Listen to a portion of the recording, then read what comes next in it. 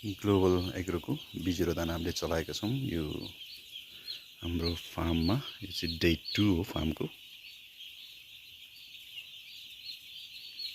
अहिले दिउँसोको टाइम भएको भएर कुनै पनि ब्रुडर एक्टिभेट भएको छैन।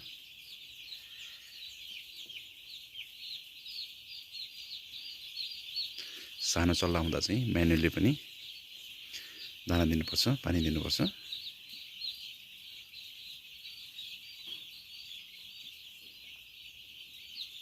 अहिले हामीले 35 डिग्री टेम्परेचर सेट गरेका छौँ।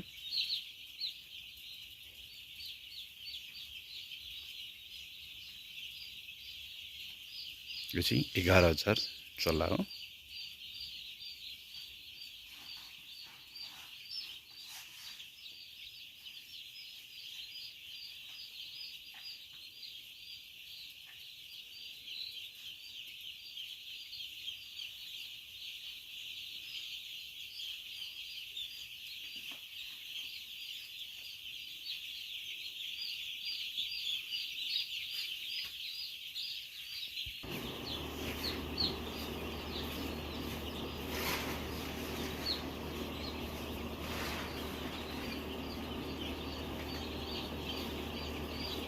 अहिले चाहिँ टाइमर फ्यान 15 सेकेन्डको